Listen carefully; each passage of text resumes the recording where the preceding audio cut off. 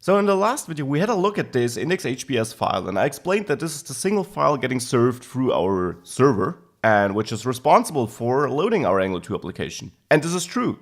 However, what does this file do? How is the Angular 2 application getting started now that we serve this file to the client? We have this my app loading thing, and below this strange element here, which clearly is not a built-in HTML5 element, we import our script, our bundle.js file here, which I told you holds our application. So since this is the only script we're importing, it looks like this script holds everything we need. And it holds everything we develop in this assets app folder, plus the Angular 2 framework itself and so on, or all the code of the framework we use at least, not code we don't use.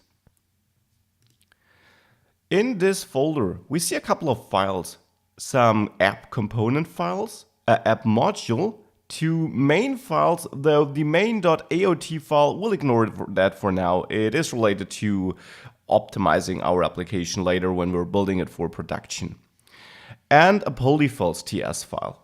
Now, let's start with the polyfills TS file. It simply imports some, polyfills we'll need for our application to run.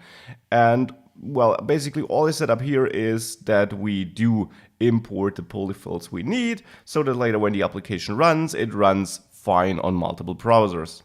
The important file for us though is the main.ts file. This is the file where I not only import these polyfills, it also is the file where I bootstrap the application, which means where I start the Angular 2 application. You don't see it in the index.hps file, but the main.ts file, or the code in the main.ts file, is the code which actually gets executed first when we import this bundle here in the index.hps file. So in this main.ts file, what are we doing? Well, I'm importing two things, the platform browser dynamic package from Angular 2 and my app module, which lives in this app module file, to which I'll come back in a second. And then I bootstrap this application by passing the app module as an argument. This is how you start up an Angular 2 application. You have to bootstrap it. You basically have to tell the framework, hey, here you go, here's the new application. And I'm doing it with this line. Again, remember, this is the first code which will get executed. So we somehow now kick off our Angular 2 application.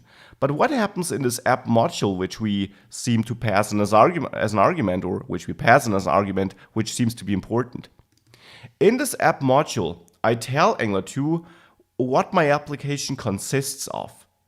Angular 2 has this concept of using modules to possibly split up your application, though you don't have to do this. You can also use only one module, and for a lot of smaller to medium-sized applications you will.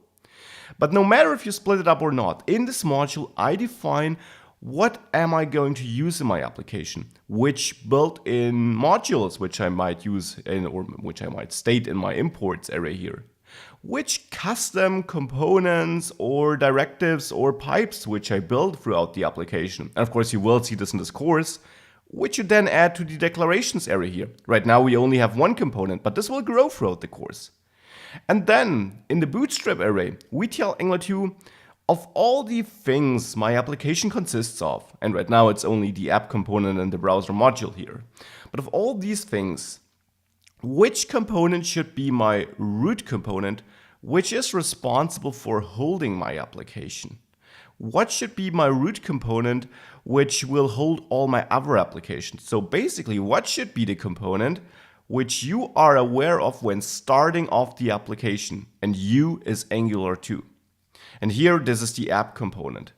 Now, if we have a look at the app.component.ts file, which seems to hold this component, then we see it's very lean too. We got an empty class with no content, but this class has the add component selector attached to it. And this creates a component. It makes this normal TypeScript class a component now.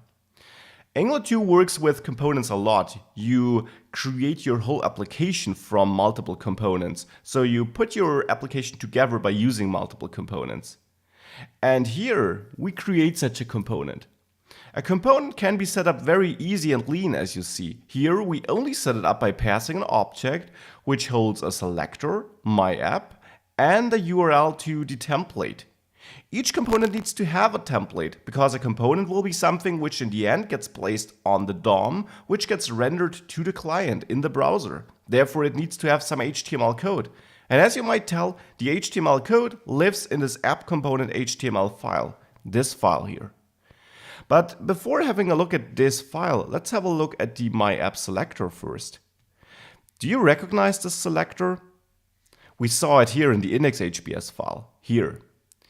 So as we told Angular 2 in the app module that we want to start our application with this app component in mind, Angular 2 went to this app component file, had a look at the component declaration here, and saw that the selector of this component is my app. And it recognized this selector in the index.hbs file. And therefore it was able to place our content in the place of this my app element, which leads to us seeing the content of the HTML file here, app component HTML, when we visit our page. Well, let's see this in action by running npm start and also starting our build process, npm run build, which starts Webpack, bundles everything, and keeps watching for changes so that it recompiles whenever we change something. And if we then head over to the browser, we see hello world, which is the content of this app component HTML file. So this is how the Angular 2 application gets started, using our component to display the content of this component on our page.